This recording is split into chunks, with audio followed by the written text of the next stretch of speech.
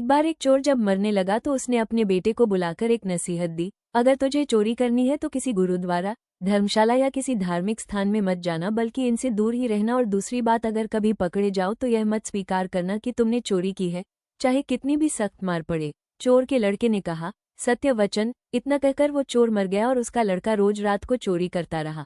एक बार उस लड़के ने चोरी करने के लिए किसी घर के ताले तोड़े, लेकिन घर वाले जाग गए और उन्होंने शोर मचा दिया। आगे पहरेदार खड़े थे। उन्होंने कहा, आने दो, बचकर कहाँ जाएगा। एक तरफ घर वाले खड़े थे और दूसरी तरफ पहरेदार। अब चोर जाए भी तो किधर जाए। वो किसी तरह बचकर वहां से निकल गया। रास्ते में एक धर्मशाला पड़ती थी। धर्मशाला को देखकर उसको अपने बाप की सलाह याद आ गई कि धर्मशाला में नहीं जाना, लेकिन वो अब करे भी तो क्या करे। उसने यह सही मौका देखकर वो धर्मशाला में चला गया जहाँ सत्संग हो रहा था। वो बाप का आज्ञाकारी बेटा था, इसलिए उसने अपने कानों में उंगली डाल ली जिससे सत्संग के वचन उसके कानों में न पड़ जाए। लेकिन आखिरकार मन अडियल घोड़ा होता है, इसे जिधर से मोड़ो यह उधर नहीं जाता है। कानों को बंद कर लेने के बाद भी चोर के कानों में यह वचन पड़ गए कि देवी देवताओं की परछाई नहीं होती।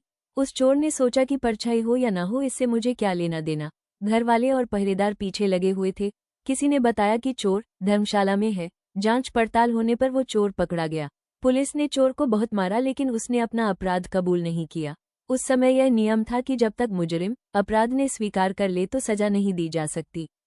उसे राजा के सामने पेश किया गया, वहां भी खूब मार पड़ी, लेकिन चोर ने वहां भी अपना अपराध नहीं माना। वो चोर देवी की पूजा करता था, इसलिए पुलिस ने एक ठगिनी को सहायता के लिए बुलाया। ठगिनी ने कहा कि मैं इसको मना लूंगी। उसने देवी का रूप भरकर 2 नकली बाहें लगाई, चारों हाथों में 4 मशाल जलाई और नकली शेर की सवारी की। क्योंकि वो पुलिस के साथ मिली हुई थी, इसलिए जब वो आई तो उसके कहने पर जेल के दरवाजे कड़क कड़क कर खुल गए।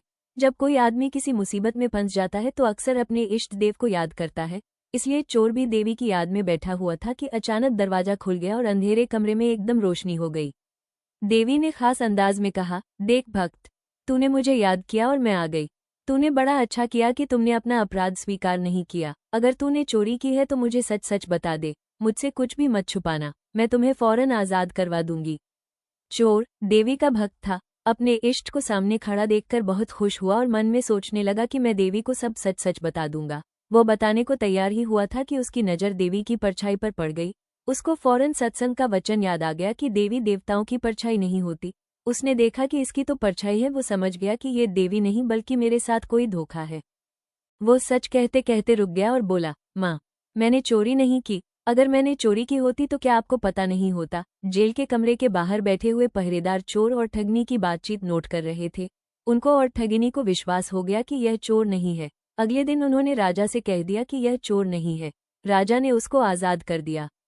जब चोर आज़ाद हो गया तो सोचने लगा कि सत्संग का एक वचन सुनकर मैं जेल से छूट गया हूँ। अगर मैं अपनी सारी जिंदगी सत्संग सुनने में लगाऊं तो मेरा तो जीवन ही बदल जाएगा। अब वो प्रतिदिन सत्संग में जाने लगा और चोरी का धंधा छोड़कर अच्छा इंसान, महात्मा बन गया।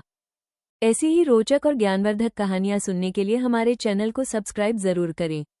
वीडियो पसंद आए तो लाइक और शेयर करना न भूलें। धन्यवाद।